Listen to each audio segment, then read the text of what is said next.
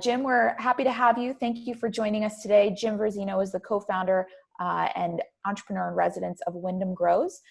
He'll do his own bio today.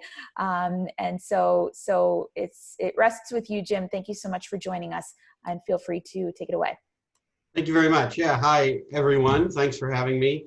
As Lauren said, I am currently the entrepreneur in residence at Windham Grows, and been doing that now for about 4 years. I was the founding director and entrepreneur in residence. I've since dropped the director responsibilities and now run something called Creators Financial, which is myself and a group of other accountants and financial people that really work with creative, socially responsible food businesses and helping them manage their financial aspects of their business, everywhere from bookkeeping all the way up to fractional CFO, fundraising, cash flow management, all that stuff. So in my role at Windham Grows, I worked with over 50 businesses, 49, 50, actually I'm coming up on 55, it will be this coming May, where I work directly with the founders on creating their business plan, creating launches, and really work either one-on-one or in a group, but also one-on-one, helping them create these plans and really get into the hairy details of their businesses. So I've been working with food businesses for a long time. In addition to that, probably well over 100 food entrepreneurs that I've also helped in various ways. So my focus tends to be on financial and business planning and fractional CFO work. So needless to say, worked with a lot of food entrepreneurs. And one thing that's happening right now is, as much as I'm a finance guy, as it were, so much of what we do in our company's financials is really a extension of the way we're feeling mentally and emotionally. So a lot of entrepreneurs are not very good with finance, not because they don't have passion, but because it's just not very exciting when it comes to your art of cooking or creating something or whatever. Finance is usually the least exciting part. So many people's finances are a mess. That's okay. But the point of this is we are now entering a time of real uncertainty, probably the most uncertainty any of us have ever seen, because this is an unprecedented event, a global pandemic. Certainly it hasn't happened in several generations. So no one's ever seen it, not even the most elderly and wise. So I just want to first talk about the fact that we are going to be living through uncertainty right now, and we all need to find a way to just get used to it. My biggest recommendation around this, I'm going to talk about finance, I'm going to talk about a lot of practical things, but meditation. You know, there are a lot of great apps. Headspace and Calm are sort of two of the most well-known. You can pick up things for free. There's wonderful beginners meditations on YouTube. Just Google it and you will find guided meditations. And I recommend this. You won't feel better the first time. The first time you'll probably feel worse. But, do it every day, 10 or 15 minutes, use guided ones. They're very easy. By week 4, all of a sudden you're going to go, oh, I do notice a calmness that I didn't have a month ago. So, my biggest recommendation around the unpredictability that our lives are all entering right now is meditation. Beyond that, we're all entering into crisis management. And first we need to kind of define crisis, and how I see a definition is a meaningful threat from an unexpected event to which we must respond quickly. And that's really a key here, is responding quickly. Even this whole PPP and COVID and EIDL loans, people had to get loans in very quickly. If people didn't have their taxes done and their finances weren't in the greatest shape, they might have even missed the boat on it, but more will come.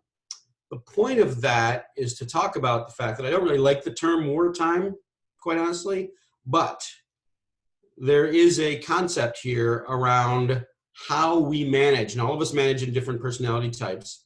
A peacetime CEO can spend a lot of time thinking and analyzing. We are now, for better or worse, entering a time of unpredictability. The term wartime is used here. During those times, we gather as much information as quickly as we can, but then we just have to make decisions and move on. Because the worst thing we can do is wait, because the clock, our financial clock, is usually moving pretty fast, faster than we're able to catch up most of the time. So the two big steps that I'm really encouraging all of my clients and all the people in my business accelerator are first to number one, get your financial house in order. And to number two, make any updates if you need them to your sales or distribution systems. I've got a client that has some really interesting granola products, and those aren't the most popular right now because it's somewhat of a luxury product. However, one of her products is a paleo granola. Well, there are great groups online. She can follow the long tail, take that one product that she has, move that product line online, and already it's really kicking butt. So really changing the distribution channel for her is allowing her to get higher profits, more sales, and make her business work in a time when other parts of her business are falling apart. So she's actually been able to make that transition very quickly, and it's working. So all of us, not all of us, many of us, if you're selling toilet paper, you're doing great right now probably. So all of us are having to make changes, though, most in different ways. So first thing to do in that is to get your financial house in order, then to update your systems. So how do we get our financial houses in order? Get to know the loan and grant programs, understand cash flow and expenses, and understand how to do projections and scenario planning. So first, around the grants and loan sources, there's lots of them. At Windham Grows, we are a regional business accelerator for food and agriculture businesses. So we really pay attention to all of the different grant and loan programs all around New York and New England. So there are lots of them. You've probably gotten hundreds of emails now with lists a mile and a half long. So I don't want to just throw more lists at you. If you want to talk to me about things that are food focused, though, feel free to contact me later. Other banks and financial institutions that are at the local and state level all exist. There's a lot of philanthropic organizations specifically oriented towards food. And of course, the PPP and EIDL loans, which currently are closed until there's further appropriations. So if you didn't get those in, it's my recommendation to get an application in, because the next time there's appropriations, either you're already going to be in line, so you'll be early on, or when it comes, if they force you to do a new application, you'll be ready. So I would say make those applications now if you haven't already. But the funds, as I understand it, have run out. And I don't want to spend too much time on the comparisons of 7A and 7B. They're closed right now. But what I want to do stress is knowing how to distribute the money in such a way that you will have the loans forgiven, because that's a really key part. So here's what I'm recommending to all my clients. When you get your disbursement, or if you've already gotten it, most people have only gotten it in the last few days if you got it at all, open a separate bank account for the money that comes in for that disbursement. Now, most of us are going to be talking about the 7A loans.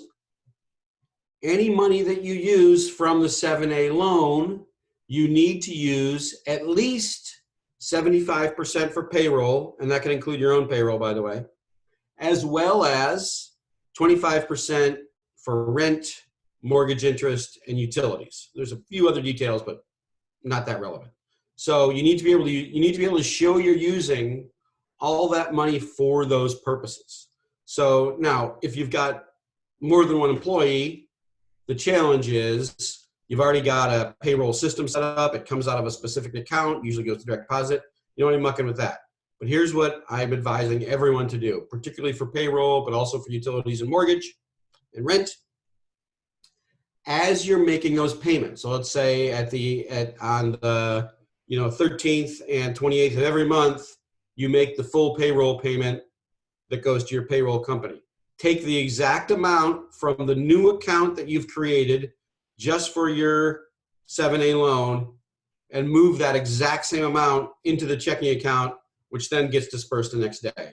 As long as you've got a real clear tracing of those transactions, you'll get your money back. But the challenge is, if you can't cleanly show that you used this money for this purpose, you run the risk of not getting the money back. And that can be, a month's worth of payroll, 2 months worth of payroll. So it's a lot of money, and it's a very simple step to take. but not many people are taking it. So please do that. If you'd like some coaching on that or whatever, that's fine. Give me a call. But and by the way, anything I do when I say give me a call, it's all free right now. I'm not charging for any of this stuff. So yeah, make that, open that. Oh, I know what I was going to say. That separate checking account, super easy to open. Call your bank or do it online. Once you have an account, opening a separate account at the same bank usually can just be done online. You don't even need to talk to anybody. So quickly, people ask me this all the time. Can I apply for both? Or how do I use both? You can, but you can't double dip. So this again is about opening these separate bank accounts. Open one for your 7A loan. If you've got an EIDL loan, open a separate one for your EIDL loan to show that you're not using the same money for the same pay period, right? So you can use your EIDL loan or your EIDL grant for payroll as well. You just can't use the same money at the same time. So you need to be able to show that, you know, in month 3, I used the EIDL loan money, and in months 1 and 2, I used the PPP money. These are things that if you've ever worked for a nonprofit, you've figured out systems to do it. But if you've only worked at a for-profit business, these are all really foreign concepts that are actually really hard to track which dollars go where. So I really recommend that you do that, because you can't double dip. You won't get the forgiveness. You won't get the loan forgiveness. Same with the payroll tax credit.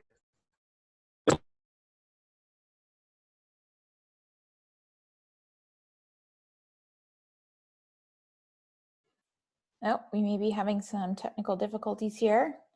Jim, if you can hear us. Consider double dipping. Yep. Oh, Jim, sorry, you dropped off for a minute there. If you could just start from the top with the thought that you were just carrying through. On the, I'm getting a little note here that says low system resources may affect quality.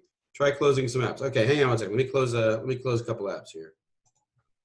Oh, I can't close that. Okay. Can you hear me right now? Yep, you're fine. Okay. So did you hear what I talked about here about not being able to double dip? Very briefly, but might as well just start with the slot from the beginning. With this one. Okay. So one of the questions that comes up is, can I apply for both these loans? The answer is yes.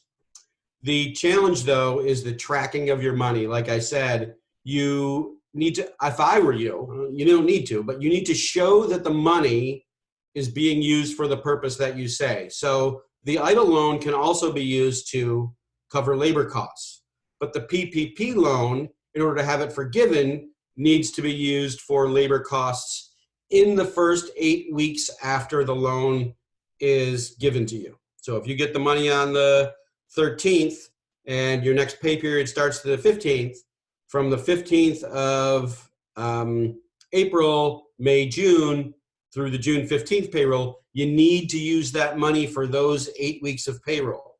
Only after that can you then start using the EIDL loan money for payroll if you want the PPP money to be forgiven. So this is why it's important to open new checking accounts for each grant or loan that you get under these programs, so that you can really closely track exactly how the money moves. Because the one way you might not get your reimbursement or your loan forgiveness is if you don't use the money as it's meant to be used for loan forgiveness. And can you still hear me okay? Yep, you're good. Okay. So the other one is, can you use the PPP and the payroll tax credit? You cannot use them for the same wages. So if you are using PPP loans that are going to get forgiven, you cannot also use the payroll tax credit on that same set of money that's spent on payroll. So if you've got 2 months worth of payroll forgiven, you can only get the 50% payroll tax credit after you've spent those 2 months. So again, things to look out for, things to know about as you start spending this money. Because right now it was all, for the last 2.5 or 3 weeks, it was all about how do you get the money. And like, you just couldn't talk enough about what do all these programs mean? How do they work? Now they've closed the loans, but the next wave that's going to happen is people are going to get the money, people are going to spend the money, but if they don't spend the money correctly, and can show that, they're actually going to have to pay back that money that they weren't expecting to pay back. So be really careful about that. Other big thing, I don't know how we're doing for time here. Other big thing is to understand cash flow and pivoting and scenario projections. So we're not going to spend this time going through how to do a cash flow projection, but make sure you understand how to do it. There's lots of resources right now. I know of programs specifically for Massachusetts food businesses where you can get free one-on-one coaching and consulting on cash flow management and scenario planning. The Carrot Project is one of the big ones that you can call them, do a brief application, and most times you will be able to get, I can certainly arrange for you to get free training in cash flow projections and cash flow management and scenario planning. So as you pivot and shift, as you're going to, you need to be able to make projections before you make the pivot as to what's going to happen so that you can understand if you're looking at 3 different decisions on which of these things should I do. Should I go for a new set of customers? We've got a company I'm working with right now, and she's doing great. She started only 2 years ago, makes a artisanal ice cream where the fruit in the ice cream is grown right on her farm. She does not sell in stores, but she's did over $500,000 last year and was projecting to do more than $1 million this year. Almost all of it, either mail order ice cream, and but mostly at shows and concerts. So she's got multiple trucks and vans, and every week she had, just before June, her plan was to go to over 200 events, concerts, farmers markets, all kinds of things like that. Well, her entire business model now has completely gone away in a month. So we're working with her to pivot and try to create new sales channels. So that's just one example of sort of these pivots that we need to make. Now, what different sales channels should she take? Going to stores may or may not work for her, because if she does that, she's going to lose a lot of her margin on a per unit basis. Going to mail order might work. It probably will, but how does she manage that shipping? So there's all these different scenarios we're playing out, and we're using the cash flow management tools to figure out which are the lowest risk and the easiest to test. So these are the kind of things we're going to. And what you're seeing on the screen here, I don't need to read it all to you, but in general, these are the pivots and the shifts that we need to look at making, right? Complete change in marketing and branding. Perhaps we're selling to a whole new audience. Maybe we were a higher end. I've got another client they sell artisanal chocolates, and their cheapest bar is $10, and they've got $25 chocolate charcuterie for 4 ounces. Well, their market is foodies that love to have people over for dinner. That's kind of their market, and they're a real niche player. But nobody's having anybody over for dinner. Well, what do you do with a product that you used to have people over for dinner? That was the market. Well, we're looking at that, and how do they adjust? So all these different things, but the key is, as you make these decisions, you've got to make educated decisions, which means you've got to be able to do scenario planning. And scenario planning is just different ways of doing cash flow. We talked about looking at sales channels and markets. In the food space, these are really the different places that we can go: face-to-face, online, distributor, wholesaler, restaurant, bar. I know a lot of people that their entire food business was based on selling to restaurants and bars. So now they're having to move into the grocery channel and looking at other ways. I'll tell you what's kicking butt right now. If anybody has the ability to get into a CSA, I have one client that has a farm, and he sells direct to end customers, and some people would drive up. Sometimes he would go and sort of put a stand up at a brewery. One of his 3 or 4 different models was a CSA, and he was hoping this year to increase his CSA from 15 customers to 25 customers. And he sent one email, and he only had a list of about 200 people. And he sent one email, and within 4 days, he had 90 people sign up for his CSA, which of course he couldn't handle because his thing isn't that big. But many of the people that he wrote passed the email on to their brother or their friend or whatever, because people are so worried about food security and people just don't want to go to the store. So if they can get a fresh bunch of vegetables delivered right to their door or however they distribute, they love it. So CSAs are kicking butt. So one of the things that people are doing is getting their product directly into a CSA. So, so now what the CSAs are doing is they're increasing from just vegetables to maybe vegetables and, some other fruit that comes from another farm, or granola. Once a week, not only do you get your fruits and vegetables, but we give you granola or some other healthy food that they might get. So, a little bit of worksheets here on just sort of what channels might you be looking at and what changes are going to come from those.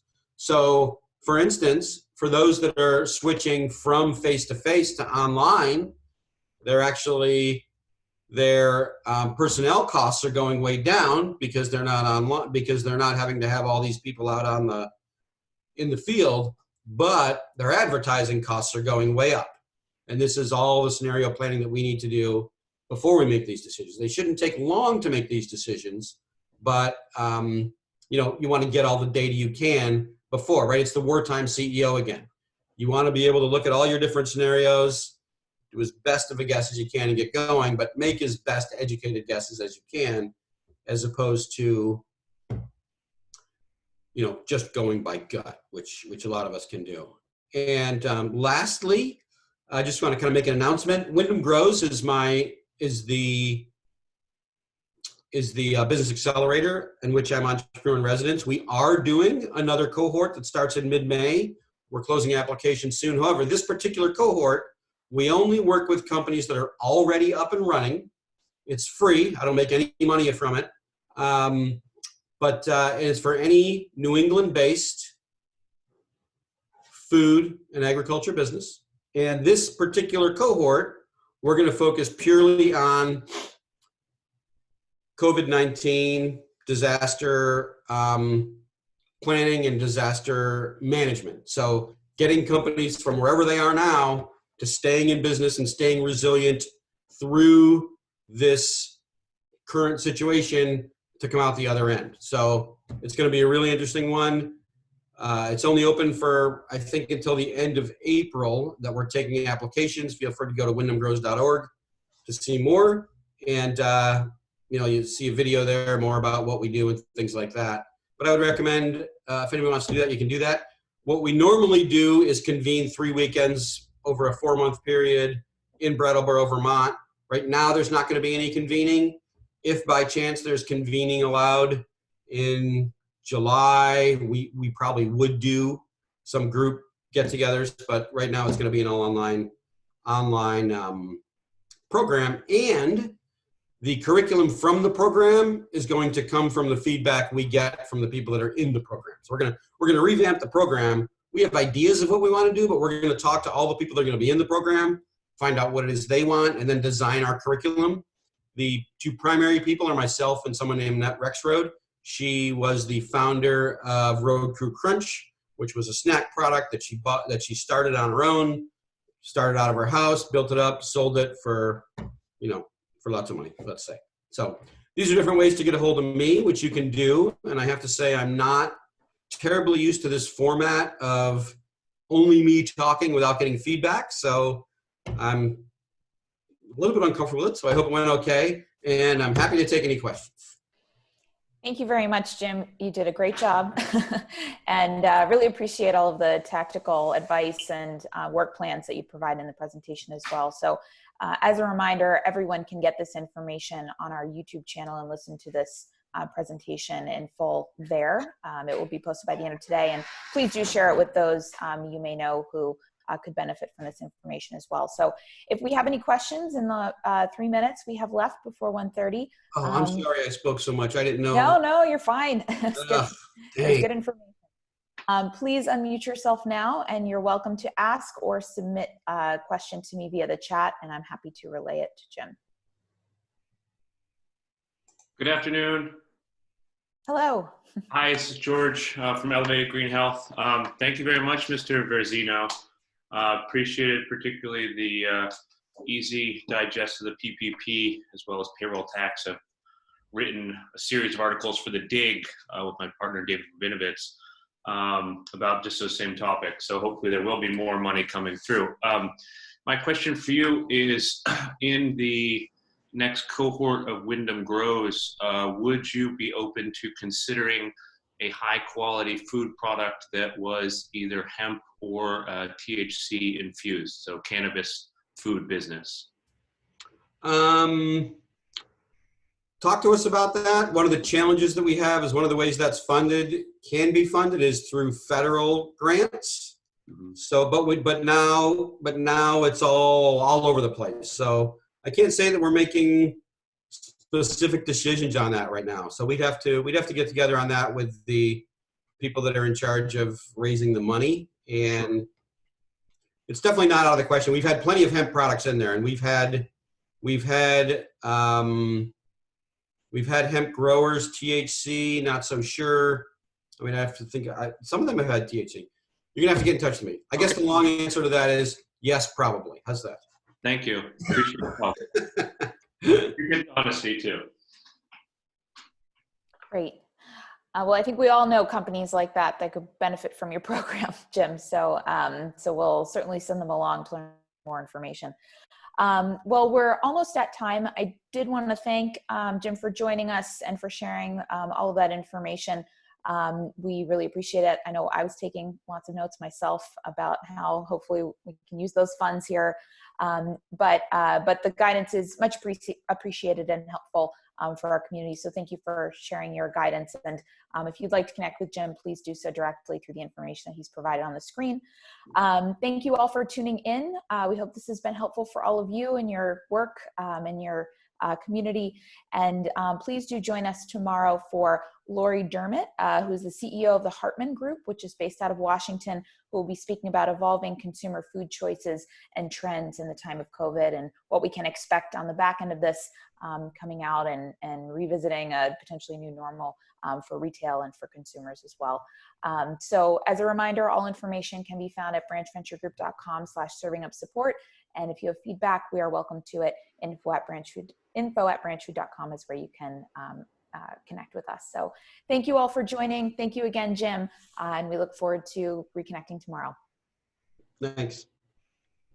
Bye, everybody.